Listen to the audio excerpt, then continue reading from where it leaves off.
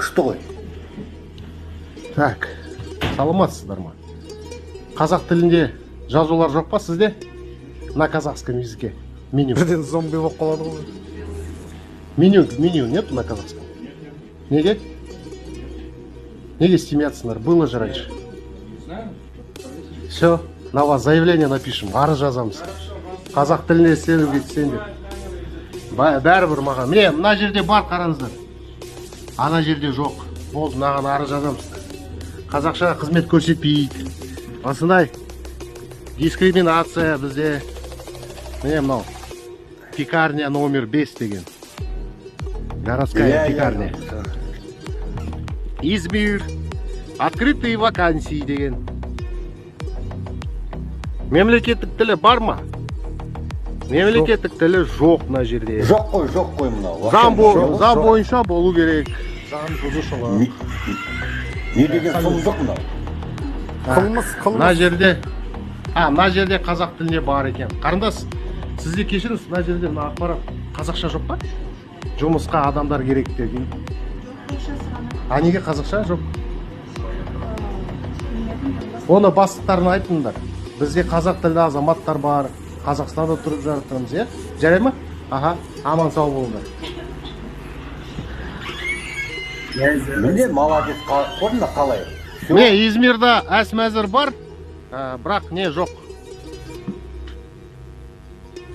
Міне, бәрі тек орыс тілінде. Қазақша қайда? Қазақша жоқ деген. Әр қазақ, әр өз өнерінде, жүрген жерде осылай талап ету керек. Талап ету керек, жүру, қарап, мемлекеттік тілінде жоқ па, бар ма, бақылау жасап, болмаса арыз жазу керек, дәлел болу керек. Мемлекеттік тілі Қазақстанда ол қазақ тілі. Мемлекеттік тілі Қазақстанда ол қазақ тілі. Болды. Ол нүкте. Кім не десе де мемлекеттік тілінде болу керек. 21-ші бап бойынша тіл заңдары. Сол? Так.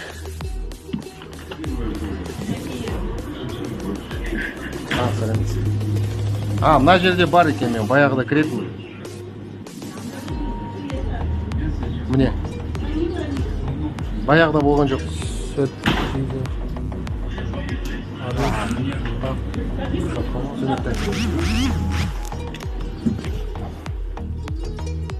Қарайық. Көрейік деген. Сәлеметсіз бе? Пита дейді. Ыстық сусындар. Мемлекеттік тілі бар екен. Мына жерде. Кешіріңіз. Қарындас. Сіз мемлекеттік тілі білесіз бе? Қазақша? Кто знает казахский? Есть здесь у вас? Который может меня принять, обслужить здесь? Нету, да? Только вы. А как вы с клиентами работаете, которые казахша не знают? Ой, на русском не знают. Позовите. Мне қараңдар, заң бұзушылық. Мемлекеттік тілі астында тұр.